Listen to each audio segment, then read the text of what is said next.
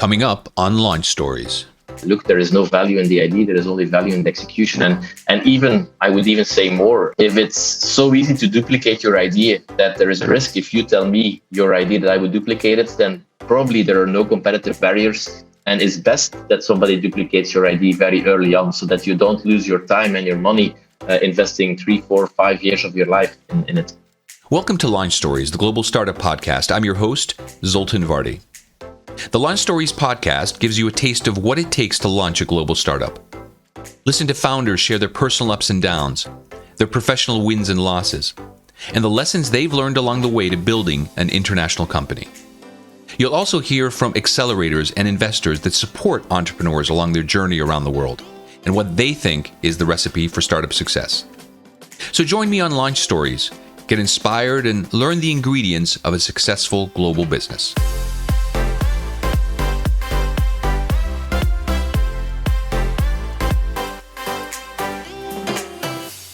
My guest today is Jonas de Cooman, co-founder and CEO of Spott, a marketing and advertising platform that helps brands link their content strategy to their product catalog by adding interactivity to videos and images across all their channels. The company was named a rising star in Deloitte's Technology Fast 50 competition and was also voted Belgian Startup of the Year twice, most recently in 2020. Today, the company boasts more than 2,000 customers in 90 countries around the world. I'll be speaking to Jonas about what it's like to trade in a blue-chip corporate marketing career for life as a startup entrepreneur, and about the leadership challenges he's faced while building his company. Let's listen to Jonas's launch story.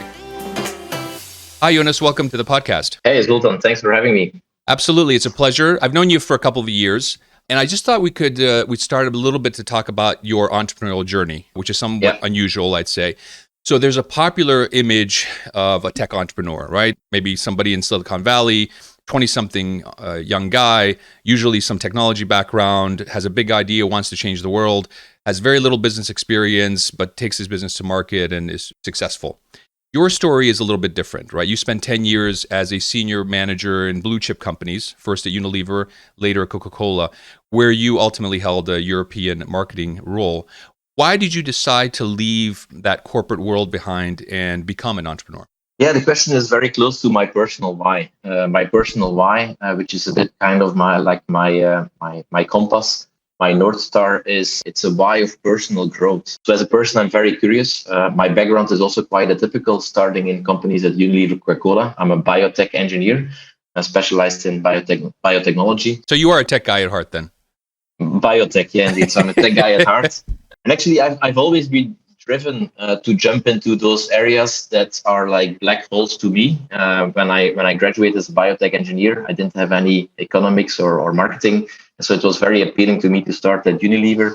And so little by little, Unilever, of course, is investing lots in its people. So I got the whole marketing training, which is so typical to Unilever.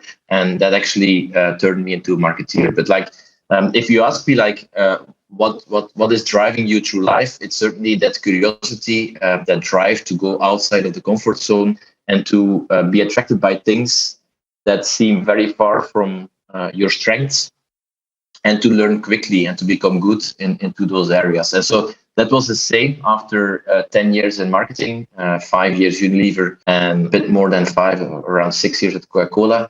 I felt that my learning curve was flattening out, and I was attracted by, let's say, the entrepreneurship. I also saw a problem in the market. So in my last 2 years at Coca-Cola, I was working for Coca-Cola Red, one of the bigger brands. I was responsible for the teams plan. So I was dealing lots with digital marketing, working with a lot of agencies in London, New York, Zone, RGA there. And I felt that all these agencies were struggling with a similar type of challenge, which is how can we help brands moving from push marketing into pull marketing? How can we find a new model that goes past this industrialized persuasion that made companies big like Unilever, Coca-Cola? And Jonas, did you actually leave Coke with the intention of starting a company? Was that the primary motivation? Yeah, so I actually started the company on the side whilst working at Coke, let's say the ideation phase. To be very honest, I did an executive MBA during that time. So also during that executive MBA, there was this kind of framework where there were advisors that were, very easy to approach. There were founders from other companies that I could reach out to because of this framework. And we won the Global New Venture Challenge at Chicago Booth, the Polsky Center, back in the days. And that's let's say, first place at the Global New Venture Challenge was actually a kickstart to raise funds. So you had a bit of inspiration then from your business school experience to set out on your own. Yeah, indeed, and inspiration, and also the money. The first seed money came from students. Like at an evening at school when we won the Global New Venture Challenge, somebody just said like, Jonas, what do you need to jump? And I said like, I need this amount of money. And then other people were saying, I want to chip in as well. And like we raised on that first evening, we raised around 1 million euros, which actually allowed us to get things going. Fantastic. That sounds like it's a great starting point, lifting off of your business. In what areas did your corporate background help you to start building Spott, and where did you find yourself lacking in terms of your experience to that? It certainly helped understanding how the marketing landscape worked. It certainly helped understanding the type of budgets in marketing and understanding the needs, the importance of content marketing, the lack of offering, or let's say the lack of the availability of offering a full funnel linked to content marketing. So all these things were certainly a big help in defining the problem, understanding total addressable market, creating go-to-market strategy, etc. I did have to unlearn a lot. Unlearn a lot. Unlearn a lot indeed, because like there are certain habits that appear to be a strength in the corporate world that are a weakness in the startup world. And one of these strengths is that I was very good in bringing people together. I was very good conceptually, but from an executional perspective, I had to learn a lot. So I had to really dig in to get things done and just to end up with both feet in the mud. So on the one hand, you always end up with both feet in the mud because you jump out of this golden cage, and like for the first 18 months, we didn't pay ourselves any wage. So you're in the mud from a financial perspective. And what was that like from a day-to-day standpoint, all of a sudden being in a position where you weren't getting that monthly text message indicating that you had gotten your salary transferred to your bank account? Yeah, it was stressful because back then I had 2 kids. My wife has a different risk profile. So she was certainly putting pressure on me to get things going financially. And at that moment she was pregnant from a 3rd child, so that only added to the stress. But it was certainly a difficult period, and as you know, in the beginning of any company, you need to pivot, you need to search. It's very difficult to build any type of business plans because you don't yet know what will be the product market fit, what is the exact addressable market, because you have not yet found that product market fit. So you have not yet found the ideal customer, let alone talk about scalability and business cases. So the first 18 months were very difficult. What were the areas where you figured like you had to, from a skills standpoint, that you had to pick up in this new setup that you had created for yourself? From a skills perspective, it was mainly, the project thinking, which was something that was done, say, working at Unilever, Coca-Cola by partners with whom I was working, agencies, etc. Breaking down a bigger problem into smaller problems and putting those smaller problems onto a time scale and allocating tasks to different persons in the team. That was certainly, let's say, not my strength, to say the least, rather a weakness.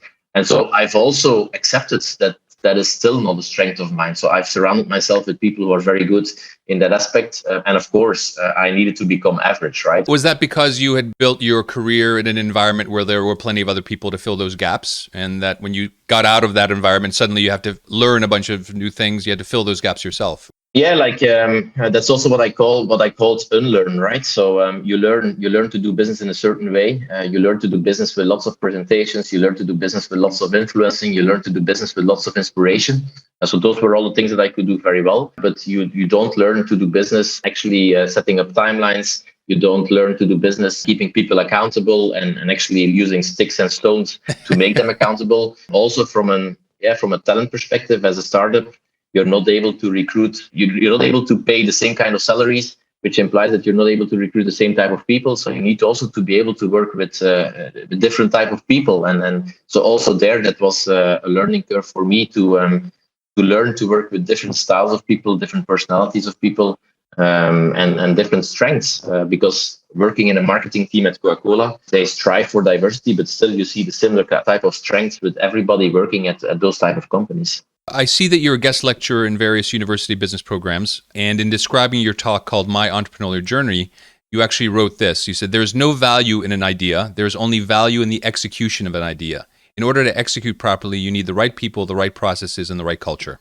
Is this a realization you came to while building Spott, or is this something you believed in even prior to setting out on your entrepreneurial journey? No, it's certainly a realization I got whilst building Spott. Like if you would have talked to me back in the days in 2015, I would have been stressing a lot about, let's say, confidentiality and potentially not even talking about the idea, etc. If an entrepreneur now comes to me and says, like, you need to sign an NDA before I can tell you what we're working on, I very often tell him, like, look, there is no value in the idea. There is only value in the execution. And even, I would even say more, if it's so easy to duplicate your idea that there is a risk, if you tell me your idea that I would duplicate it, then probably there are no competitive barriers. And it's best that somebody duplicates your idea very early on so that you don't lose your time and your money investing 3, 4, 5 years of your life in it. That's a really great point. I didn't even think about it that way. What you've described actually is part of the principles that I use in my work with startup entrepreneurs as a mentor. It's really about how do you take the best of the corporate thinking and combine it with the best of entrepreneurial execution. And I think those two worlds on their own I found to be very unproductive in many ways. But when you take the best of those two worlds, you take the structured thinking, the strategic thinking that comes with a corporate background, and you apply that through a dynamic execution that comes naturally to an entrepreneur, you actually get some really great results. And that's something I'm sure that you've probably experienced as well in your last 6 years as an entrepreneur. Yeah, for sure. And I've also, let's say, I've had to train my bullshit rather, because that's something that I did not learn at Unilever and Coca-Cola, because all the people that came through HR, let's say, were screened for through this HR bullshit rather. Suddenly you need to do that yourself. And so I've made lots of mistakes hiring the wrong people, keeping them too long. So I've been nurturing that bullshit rather, and I've also learned to hire slowly and fire quickly, even though it's still painful. But like I've learned that if it doesn't feel well in the first 3-4 weeks, then it probably will not feel well in the 3 or 4th month either. So I just let's say hire slowly, and if it's not a good fit, fire quickly. So let's shift gears a little bit. You know, when we first met back in 2016, Spott was in its early days. I recall your product at the time was targeting the TV industry, if I remember correctly. And I believe you were looking for ways to make TV programming interactive for viewers by integrating brands. Since then, you've pivoted, and you actually mentioned how at the beginning stages of any startup, you're constantly looking for different directions that will ultimately lead to product market fit. What was the evolution of Spott? What is it today? And why did you need the shift in approach? Actually, to me, it's a nice demonstration of how your brain can limit opportunities. So let me expand on that. It was our choice back in the days to define content as the content being produced by broadcasters. And what we saw is that this broadcasting industry, and then we are talking 2016, 2015, they were floating in cash.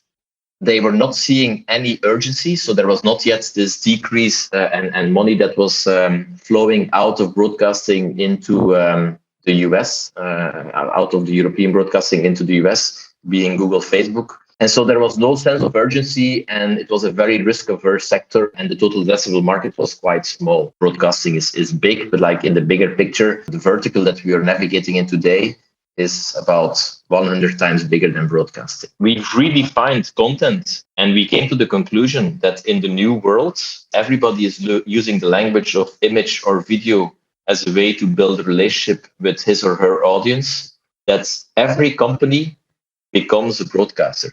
Every company will start using video and images as a way to communicate with its audience.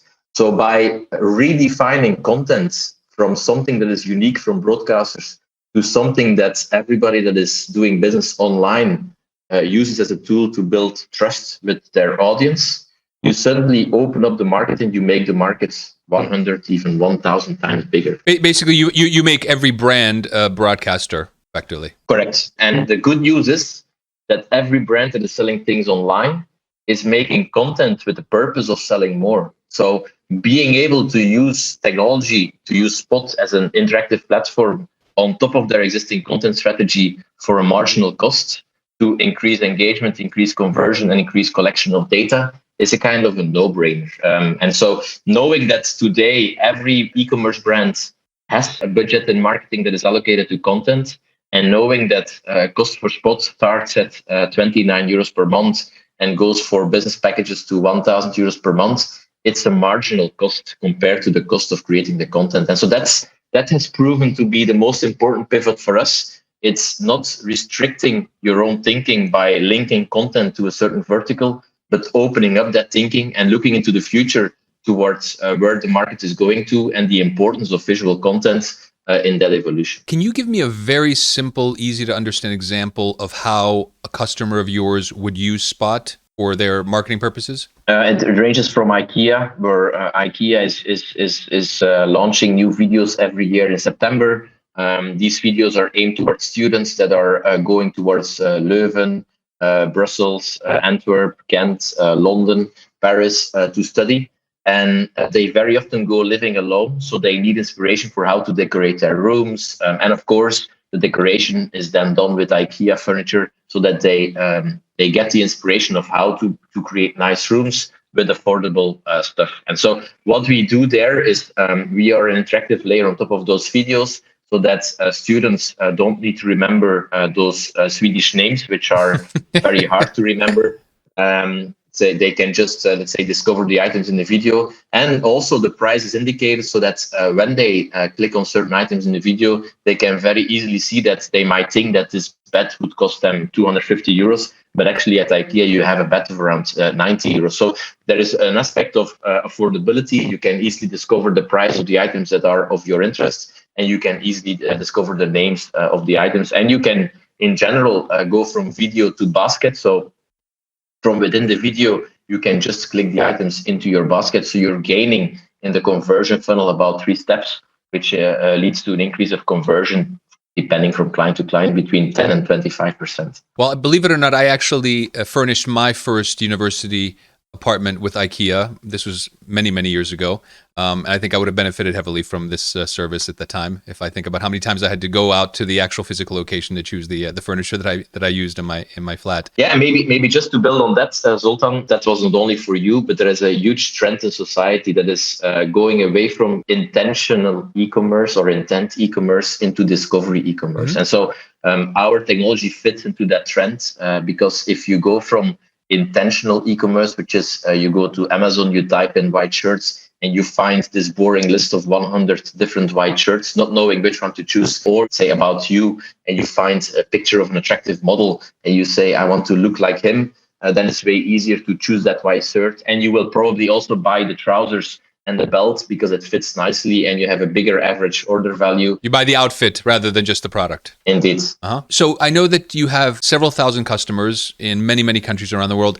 Talk a little bit about how you've built this international footprint through either direct sales opportunities or through inbound marketing. What have you done in order to build that sort of broad international client base? Yeah, like for us, the pivotal moment has been the strategic choice of moving from outbound to inbound.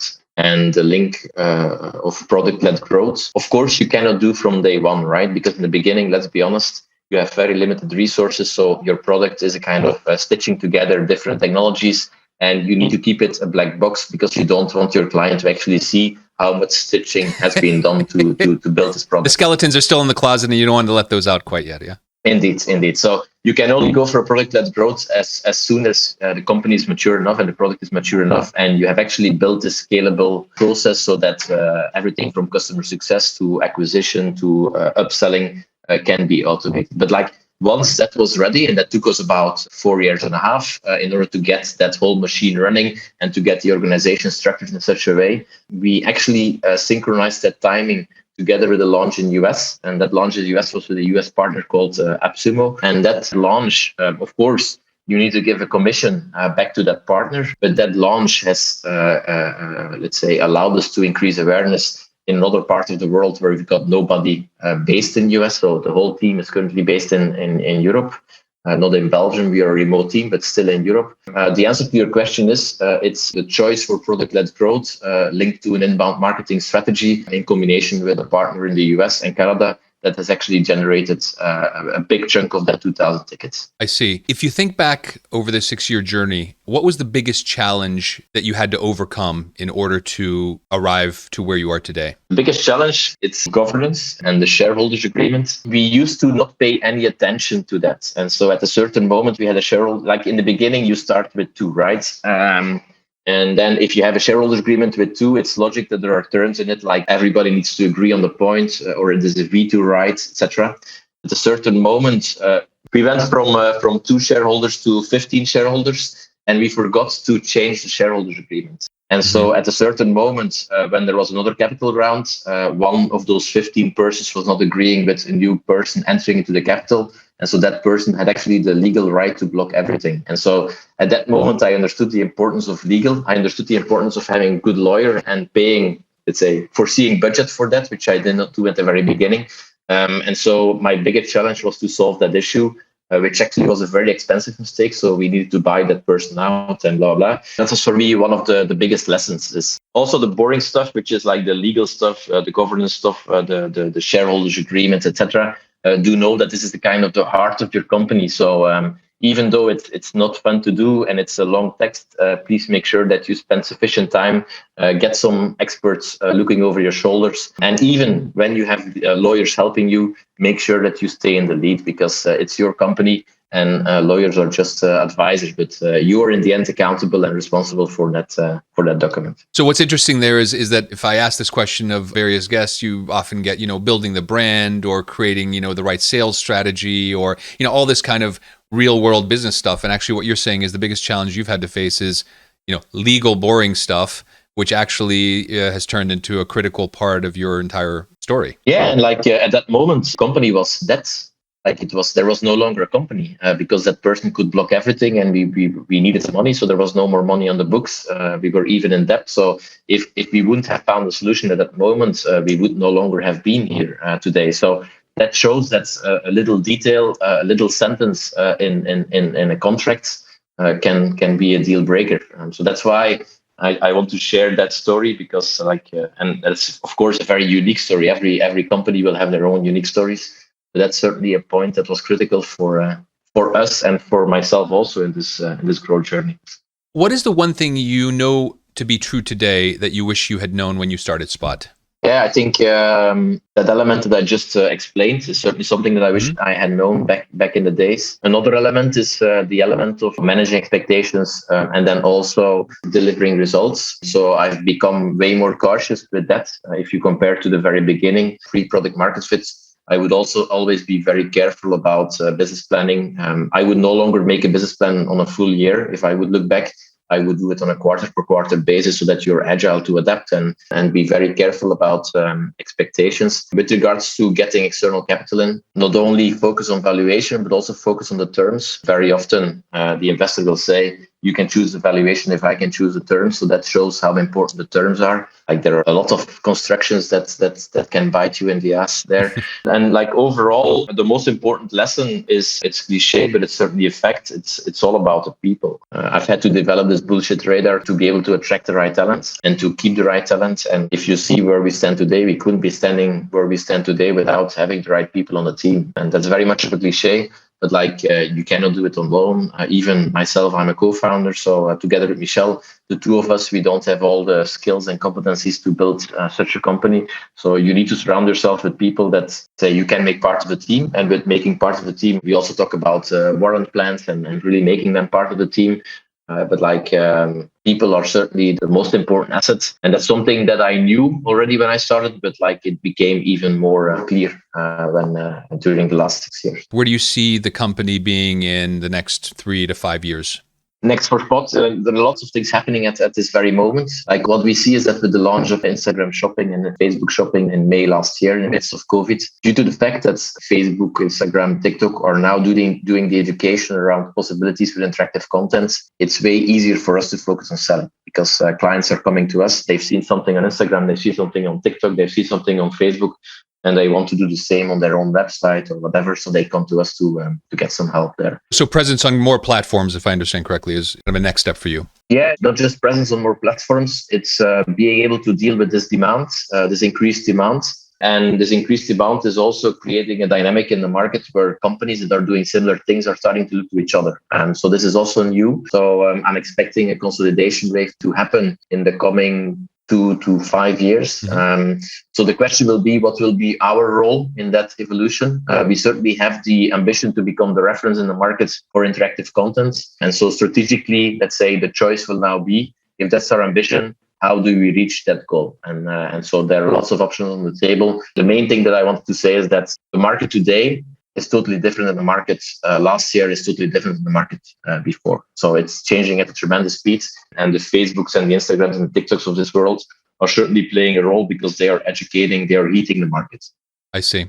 So just to kind of wrap up our conversation today, imagine there is a 20-something, maybe early 30s marketing manager at a multinational FMCG company somewhere out there, and they're considering leaving to start their own business. Do you talk them out of it, or do you support them in that decision? I would certainly support them, but I would only support them if the mindset they are in is the right mindset. In order to become an entrepreneur, you need to have a growth mindset. It's a concept from Carol Dweck. Satya Nadella is also using the same concept within Microsoft. And it's a concept where you're focusing on impact, not concern. So if you have that mindset, then I would certainly, let's say, advise you, push you, inspire you to go for it and to give, say, 120% of yourself. If I would feel that you don't have the right mindset, I would ask the right questions to actually nudge you into reconsidering that view. Fantastic. Very diplomatic answer, but very revealing one as well. So, Jonas, thank you so much. I think you had some really interesting insights into the path that you've made in the last 6 years as the founder and co-founder and CEO of